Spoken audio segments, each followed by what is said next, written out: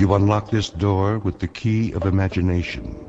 Beyond it is another dimension. A dimension of sound, a dimension of sight, a dimension of mind.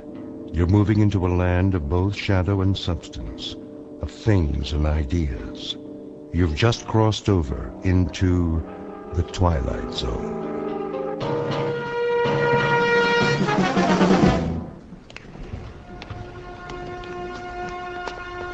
Here we have the famous temptress from ancient Egypt, Cleopatra. Her beauty almost brought about the destruction of Caesar, Mark Antony, and the Roman Empire. And now, if you will follow me, the last group of figures in our little wax museum, the piece de resistance, if I may say so, the most infamous black-hearted killers of all time. This is not for the faint of heart, so if there are any who would prefer to stay behind... I don't like this place. Come on, honey. They're made out of wax. But... No? Very well, then.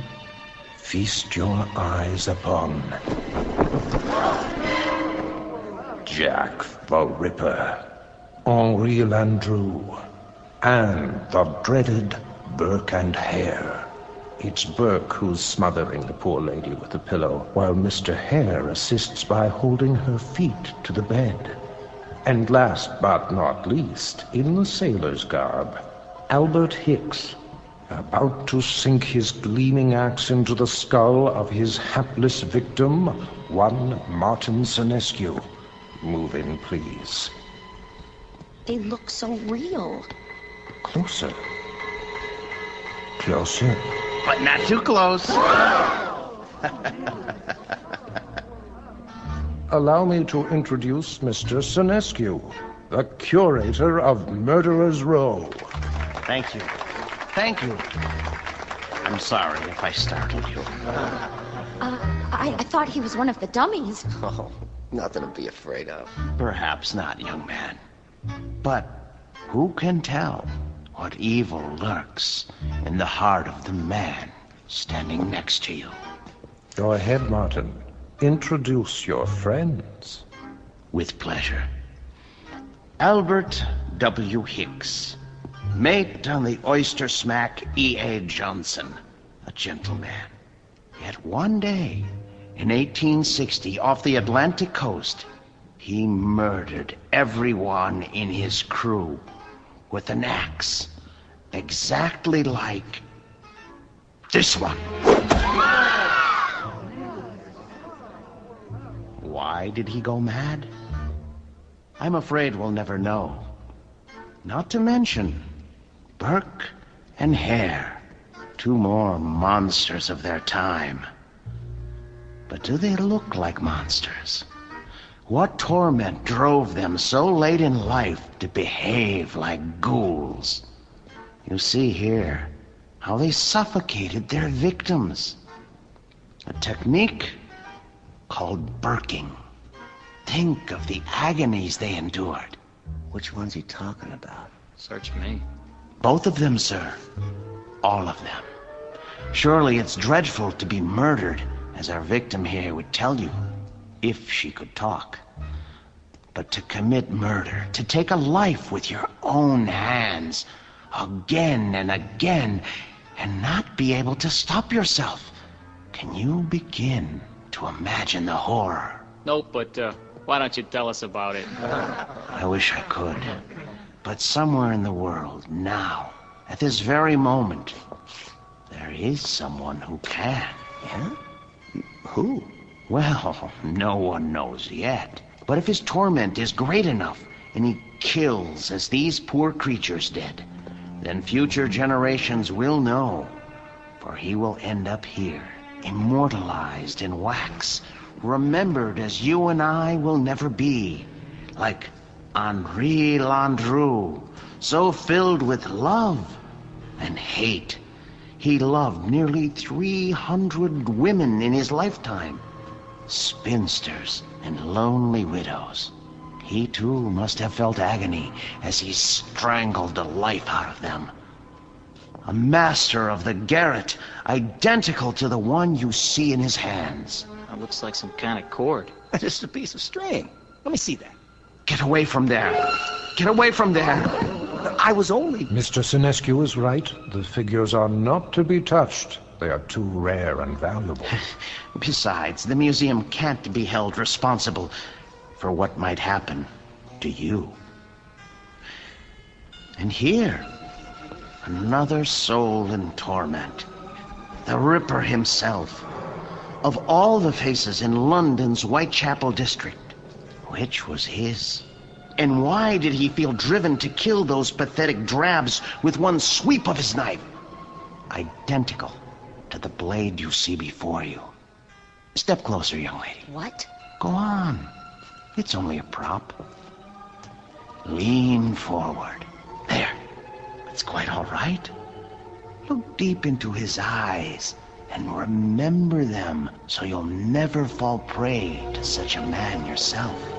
A man who carried a long, sharp weapon which he slashed across women's throats. Like this.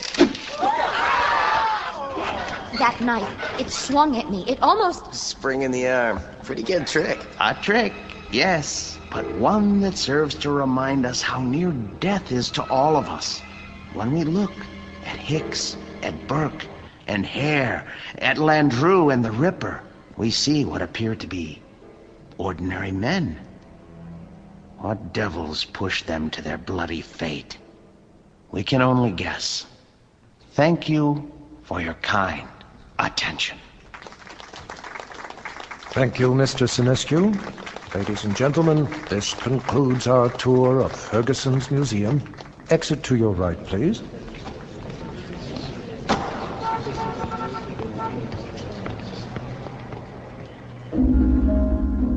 Mr. Martin Sinescu, a gentleman, and the curator of Murderer's Row in Ferguson's Wax Museum.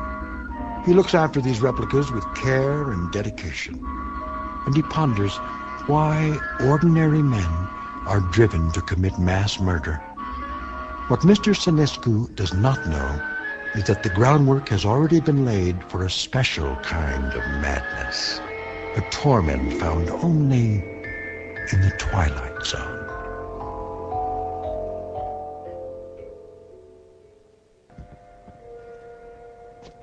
There now, Mr. Landru. Collar turned up just so. Easy to see why you're a real lady killer. We have to do something about that soon. Martin? Yes, Mr. Ferguson? I'd like to talk to you. All right. I'll be through here in a moment. That can wait. I think we'd better discuss it in my office. All right. If you like, sir. Is it something I've done or haven't done? No, nothing like that. Sit down. Very well. Martin, I'm abandoning the museum. Abandoning? I'm afraid so. Is this a joke, sir? No. But you can't. You mustn't, sir. I know how you feel, Martin, but there isn't any choice. When I first opened the museum 30 years ago, I'd never dreamed I'd see this day. But the day is here, Martin, and we will just have to face it. 30 years, sir. Oh, for heaven's sake, don't make it more difficult than it is. I'm sorry. I hate this, Martin.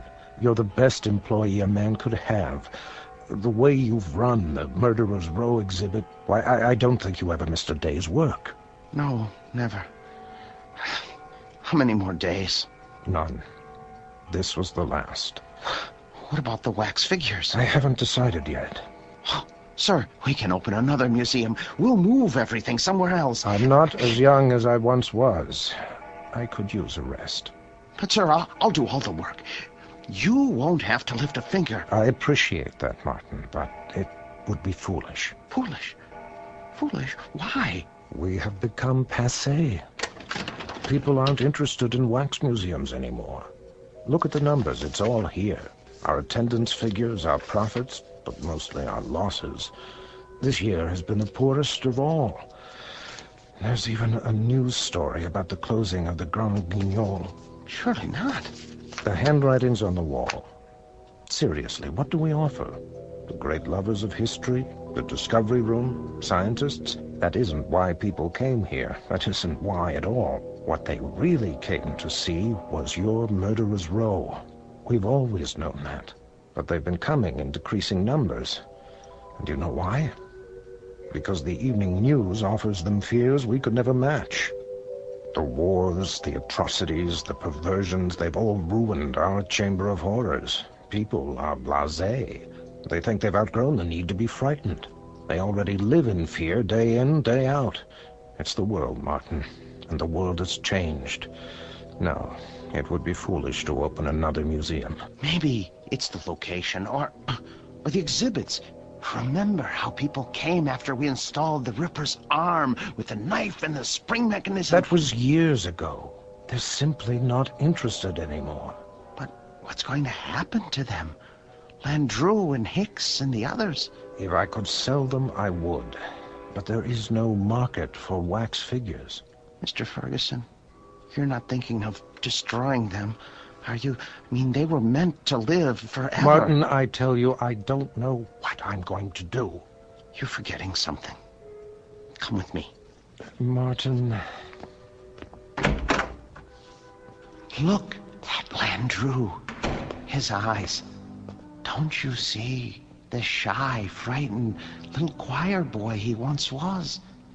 You seem to have forgotten that these figures are the work of the great Henry Guillemond, the only ones he created outside of Europe.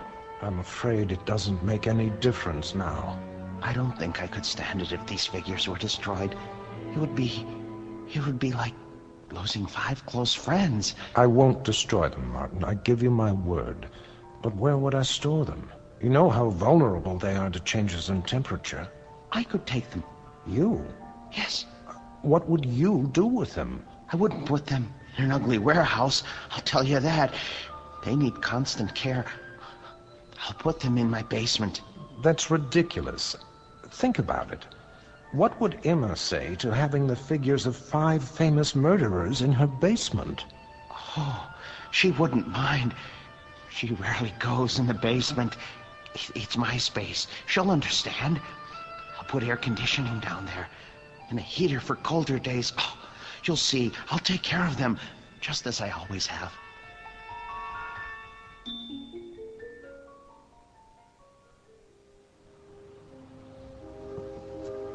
You haven't eaten your breakfast. I'm not hungry. They should have arrived by now. They'll get here when they get here. Now, how long do we have to store them? Not long. What time is it? You asked me that 5 minutes ago. Oh, maybe something happened. It's not like moving furniture, you know. They should have let me ride in the truck. What if they dropped one of the crates? There they are now. Just relax. You Martin Sinescu? Yes, are they all right? The boxes? They okay. What do you want? Look, carry them to the rear of the house and down to the basement. Carefully. Sign here. With pleasure, and please, hurry. It's getting warm. What? I say, it's getting warm outside. You're very delicate. They can't stand more than 80 degrees. Mr. Sinescu? Yes? Miller's Appliances. Got your air conditioner in the van. Where do you want it? Put it there, the basement window. Please, hurry. I'll do my best. You bought an air conditioner? I had to. How much did it cost? Don't worry about that. Well, I am worried about it. Please, leave me alone. Just leave me alone with my friends, all right? Now, if you don't mind, I have to go downstairs.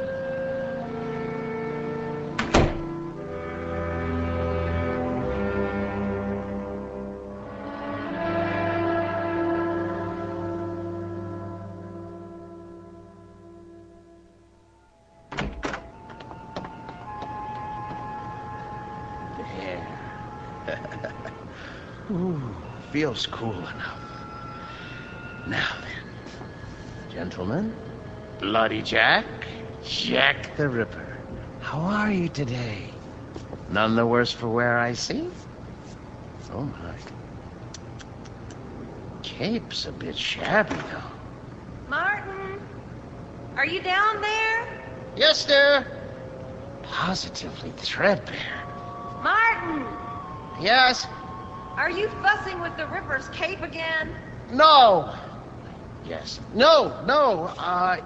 It's his hat. His hat is going to need cleaning and blocking before long. In fact, all their clothes could stand it. It's been almost a year since Mr. Ferguson let me do that. Martin! Emma, listen to me. The truth is, these men need clothes. Honestly, Martin, you pay more attention to those murderers than you ever did to me. Emma, they're a trust. A sacred trust. These figures were made by Guillemont. They're masterpieces. All right, so they're masterpieces. But you told me it would only be for a few days. Now, they've been here for weeks. I've been nice about it, Martin. You can't say I haven't. How long is this going to go on? I can't find anybody to finance the museum. What's that? The electric bill. You see how much this air conditioner is costing us, running around the clock? Well, you know how hot it's been. Oh my. That is high, isn't it? I'd like to know how we can go on paying it. Martin, there's no more money in the bank. I know. But you mustn't worry. I promise you. I'll think of something. Live with them as long as I have, and you'll come to love them. Love them? One day, they cease to be strangers to you, and you want to say good morning to them and ask them how they passed the night. And when that happens, Emma, I tell you, Emma, where are you going, Emma?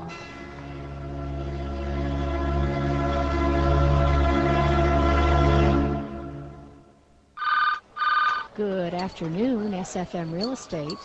No, I'm afraid he's in a meeting. May I take a I message? just don't know what to do. I mean, we can't borrow any more against the house. That's true. There's no chance for a refi without proof of income. And then today, when the electric bill came, I realized we've been spending a fortune just to keep the basement cool. You should have told me about this. I know, but I didn't want to bother you. I'm also your brother, remember? Oh, Dave. Do you want me to help? I didn't come here to ask you for a handout. Don't be silly. We're family. And believe it or not, I've always kind of liked the guy. But what's happening now? It's the first time that anything has come between us. I hate those murderers. I'll stop by and talk to him. It won't do any good. Then you talk to him, Emma. But not the way you have before. Lay it on him. Tell him it's those stupid dummies or you.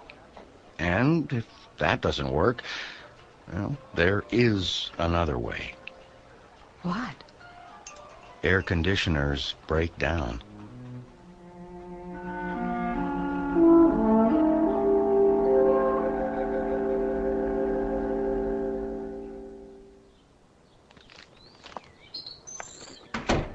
Emma? Emma? Is that you?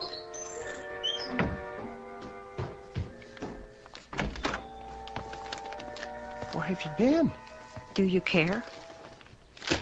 Where did you get those groceries? I thought you said we didn't have any money left. Dave gave me some cash. Oh, no. Oh, my. You told your brother. Martin, we can't go on living like this. I'll borrow some money from Mr. Ferguson. Borrowing isn't going to solve anything. Now, Martin, I know what those figures mean to you, but... But what, Emma? What? I simply will not have them in this house 1 minute longer. Martin, once they're away from here, you'll be a different man. You'll see. You've lived with wax dummies so long, you've forgotten how to be a human being. No, I haven't. What kind of friend do you think I am? I cannot desert them now, not after all these years. They need me. They'd be lost. Martin, they're not alive. They don't need anybody. Honey, it's not natural. I know it's not natural. but it's my job. I'm not the only husband who brings his work home with him. This was your brother's idea, wasn't it? Well, you go back and tell him to mind his own business.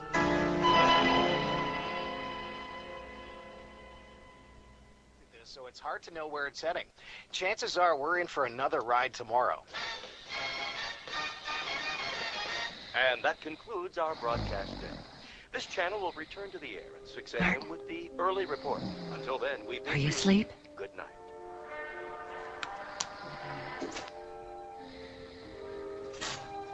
God forgive me. It's time for the air conditioner to break. Oh, so dark down here. And cold. Well, it won't be for much longer. Oh, where's the fuse box?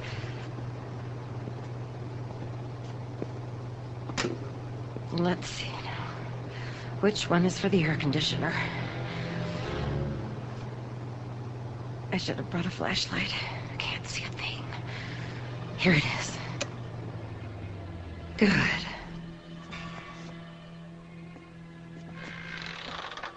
What? Who's there? What's happening?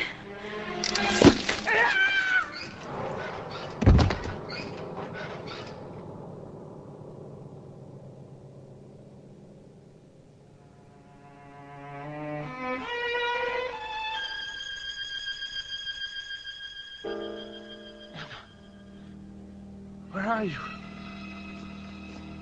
Emma? Emma? Are you down in the basement? What are you doing? Emma? Ugh. Where's the light switch? That's better. Emma! Emma!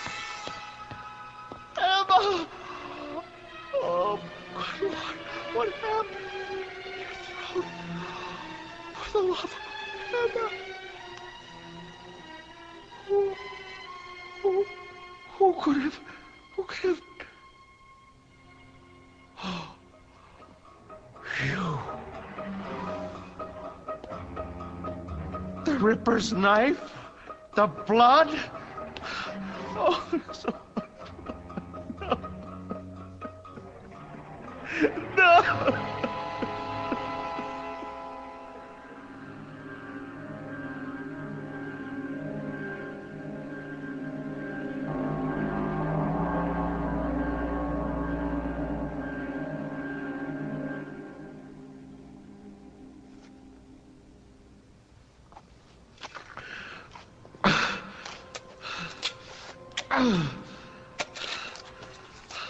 I hate to bury you down here, Emma. You know how much you hate the basement, but I don't have any money. I know I should report it to the police. Who would believe me if I told them you had your throat cut by Jack the Ripper? You just bumped into the Ripper in the dark and his spring arm went off. It was an accident. Besides, if I go to prison, who will take care of the figures? There. Now for the cement. Oh, poor Emma. But it's too late to tell her anything now. Emma? Oh, no. It's her brother. Martin, you in there?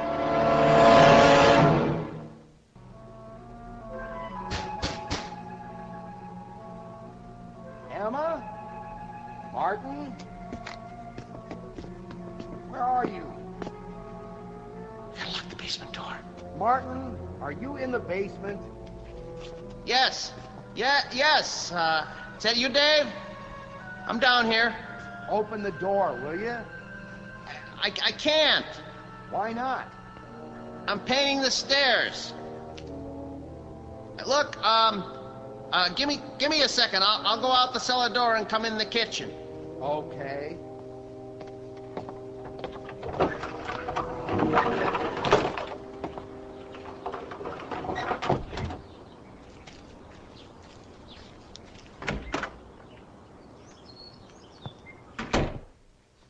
Where's Emma? She went out to get some air. Just as well. Mind if I sit down? Why? What do you want? You sit down, too. Dave, look, I don't have time. I'm in the middle of something. Now, just tell me what you want. Emma came to see me yesterday. You didn't treat her square when you brought those dummies home. That's been changed. Well, now, I guess I had you pegged wrong. You got rid of them. Yes. Must have been pretty hot in here last night, huh? What? For a bunch of wax dummies. Hey, what's that humming noise? I don't hear anything. It sounds like it's coming from the basement. No, is that the air conditioner? I don't know what you're talking about. What are you driving at? Why's this door locked? I told you, the steps are wet from paint. I think you locked it because you don't want me going down there. I'll thank you to leave now. All right. I don't want to cause trouble for Emma, so I'll go. But have Emma call me when she gets back, here? I will.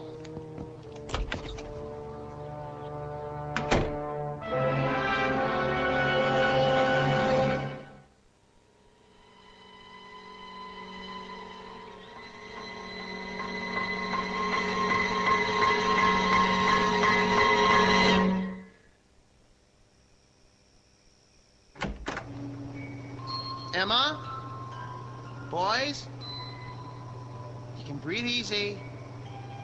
I'm going to bed now. Sweet dreams. Good night.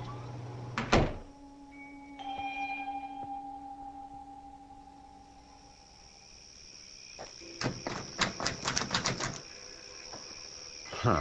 Locked up tight as a drum, huh? Now, what's so important down there he didn't want me to see? Ugh, window's too dirty to see in. So, I guess I'll just have to force it open. Whew, air conditioner's on all right. Cold as a tomb down here. It's so dark. Now, let me light a match. Oh, a dummy in a sailor suit with an axe. Come on, Martin, old boy, you need help. You really do. Ugh, I mean, look at these two. Plug ugly. And two more big ones. Oh, some knife. Looks real. What the heck? Oh, a shovel.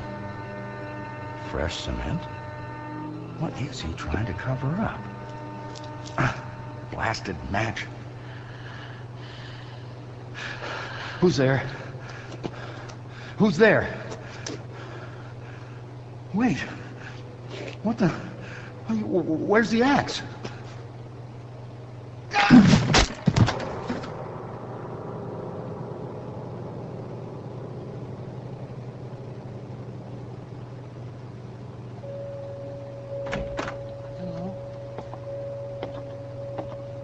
Hello?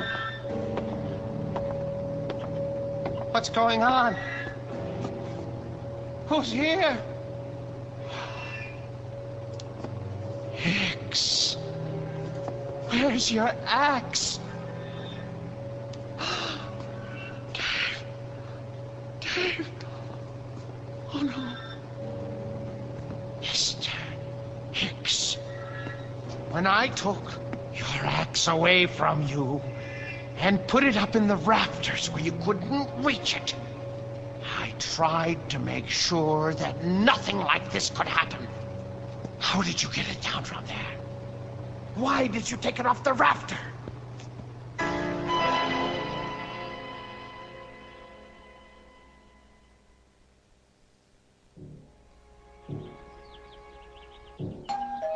Martin? Martin! Mr. Ferguson? Mr. Ferguson! Martin, let me in, would you please? Just a moment. Hello, sir. Hello, Martin. How's Murderer's Row? Oh, fine. In rare form. Good, let's go see. I would have come 2 days ago when you first called, but things hadn't been finalized yet. What things? I must say, you've kept him up well. But I have done my best.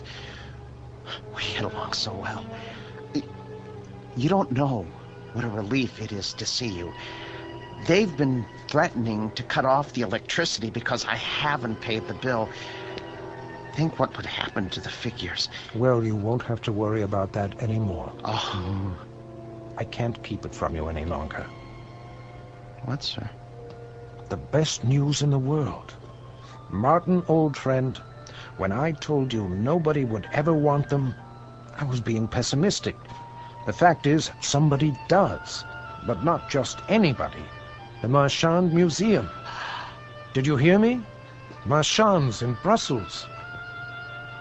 Aren't you pleased? You won't have to take care of them anymore. But what am I going to do without the figures? I'd die without them. Oh, come on now, man.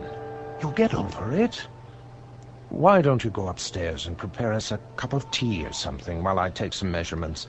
The Marchand people want the exact dimensions. All right, Mr. Ferguson. If you're sure that that's how you want it. I'm sure. Very well. Very well.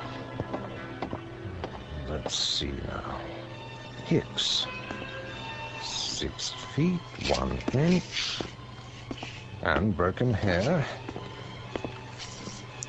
Hello there, Landrew. Still holding your waxed cord, I see. Be with you in a second. Now then, Mr. Hare, 5 feet, 10 inches.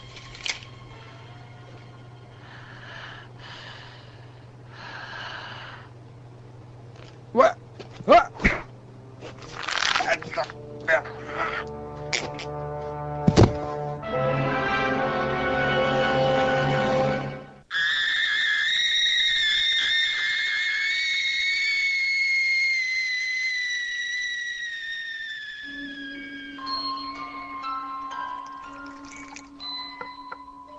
There, 2 cups of tea.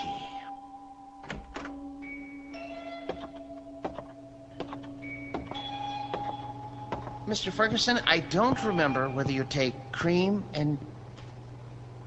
Mr. Ferguson? Mr. Ferguson!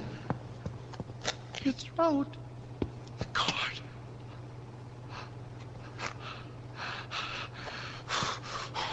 Why did you strangle Mr. Ferguson? And the rest of you? I know you didn't have any part in this, but you didn't stop it either. You are monsters through and through, and for that, I am going to punish you. Do you know what I'm going to do? Do you know what I'm going to do? I'm going to take my soul. And I am gonna cut you into little pieces. Then I'm gonna turn up the heat and let you melt into pools of wax. It's no more than you deserve. Who's gonna be first? You, Andrew? 'Cause it was you who murdered Mr. Ferguson. It was not I, Martin Senescu, who strangled your friend. It was you. No, it was you. You killed him while I was upstairs making tea. No, mate, it was always you. With my blade, you murdered your wife. You killed her while I was asleep. You used my axe to kill your wife's brother. Get away from me, Hicks. Get away from me. You are the murderer. Perk, stay back. You are the murderer. You killed them all. You lie! You're monsters! Not so, Martin Senescu. No!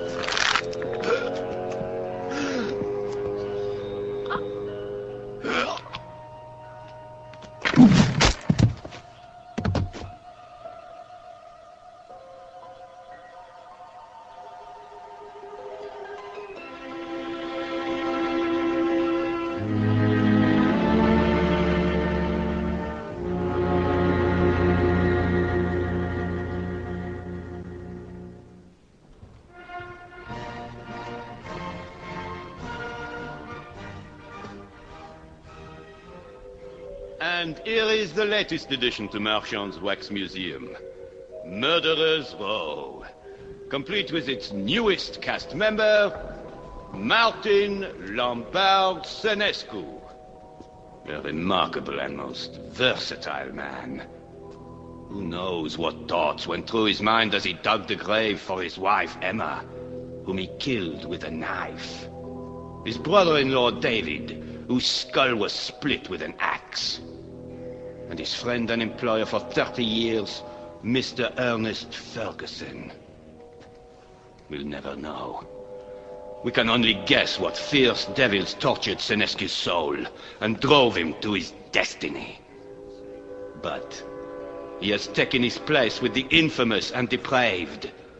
Next to Albert X, Burkander, Landru, and Jack the Ripper himself. This way, please.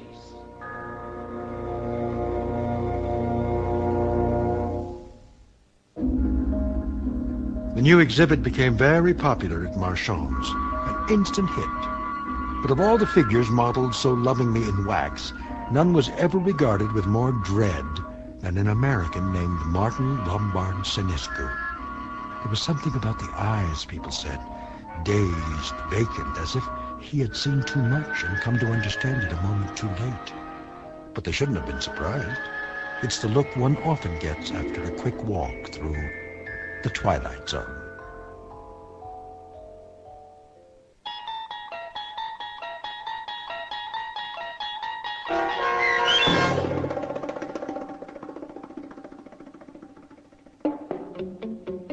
The new exhibit, starring Joby Cerny with Stacy Keach as your narrator, was adapted for radio by Dennis Etchison and Joby Cerny, and written for the Twilight Zone by Jerry Soule and Charles Beaumont.